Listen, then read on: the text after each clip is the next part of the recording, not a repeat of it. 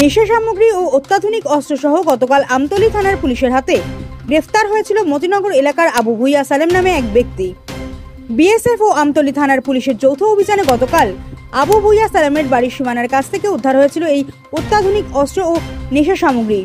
কিন্তু ঘটনাস্থলে পুলিশ যাচাই করেনি সে উদ্ধারকৃত জিনিসগুলি আবু ভুইয়া সালেমের কিনা এবং অস্ত্র আইন ও মাদক বিরোধী আইনের ভিত্তিতে আবু ভুইয়া সালেমকে আটক করে থানায় নিয়ে যায়।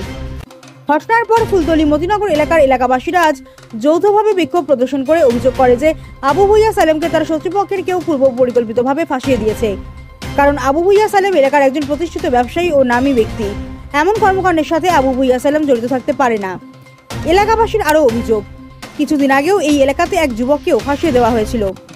তাই এলাকাবাসীর তরফে আজ প্রশাসনের কাছে দাবি ওঠে প্রশাসন যেন এমন কর্মকাণ্ডের সাথে জড়িত প্রকৃত অপরাধীদের বের করে উপযুক্ত শাস্তি দেয়, আর ভবিষ্যতে যেন ঘটনা যাচাই না করে নির্দোষ কাউকে গ্রেফতার না করে। Bureau report, Janabarta news.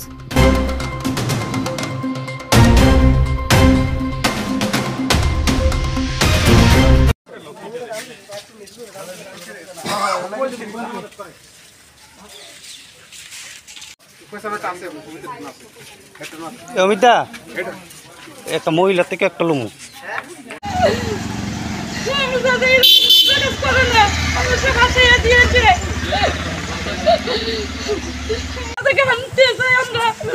সবাই মিলে আমরা কাউকে যাইতাম থেকে আমরা কাজ করতে পেরে গেলাম না কেন?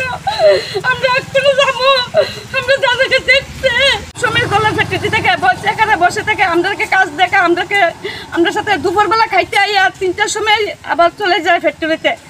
আমরা এরকম দাদা না, এরকম নোংরা কাজ করে না আমাদের দাদা। এই এলাকাটার নাম কি? এই এলাকাটার নাম কি? এই জায়গাটার নাম মতিনগর। মতিনগর মানুষেরা ভালো খায়, ভালো চলে, দেখতে পারে না তারা ভালো চলতেছে, তারা কেমনে ভাসাইব, কেমনে কি করব, এরকম। আমরা পরিশ্রম করে খাই, পরিশ্রম করে, তোরা পরিশ্রম করে করতে পারছ না? তাহলে দাদা পরিশ্রম করে, জলের ফ্যাক্টরি আছে, হে ব্যবসা করে, গরুর ফার্ম আছে, হে কাজ করে খা, তাহলে হ্যাঁ এইবার ভাসানি কেন দিল? আমরা সাজা চাই, আমরা দাদাকে আনতে চাই, আমরা কাউকে থেকে ভাবছি না আমাদের দাদার জন্য। নগরের গ্রামবাসীরা এখানে একত্রিত হওয়ার কারণ কি? এখানে একটা ঘটনা ঘটেছে, আপনারা জানেন যে আবু সালাম ভুইয়া উনি একজন সৎ ব্যক্তি। উনি এই গ্রামে একটি ব্যবসা করে থাকে, ওনার একটি জলের ফ্যাক্টরি আছে, ব্যবসা করে থাকে। অসহায় দরদি গরিব মানুষের পাশে উনি সবসময় থাকে। ওনাকে বাড়ির ভেতরে কোনো দ্রব্যমূল্য এবং ওই নেশা জাতীয় কিছু জিনিস দিয়ে ওনাকে ফাঁসানো হয়েছে।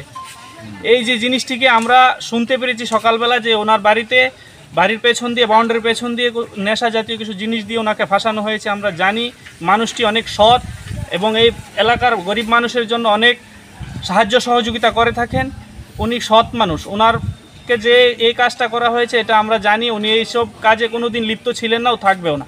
আপনারা প্রশাসনের কাছে আজকে কি? আমরা প্রশাসনের কাছে আকুলভাবে আবেদন এবং অনুরোধ করতে চাই যে এই মানুষটি অনেক সৎ ব্যক্তি, আপনারা তদন্ত করে দেখবেন, সত্যটাকে খুঁজে বের করবেন, এই আশা আকাঙ্ক্ষা এবং অনুরোধ করছি আমাদের আরক্ষা দপ্তরের কাছে।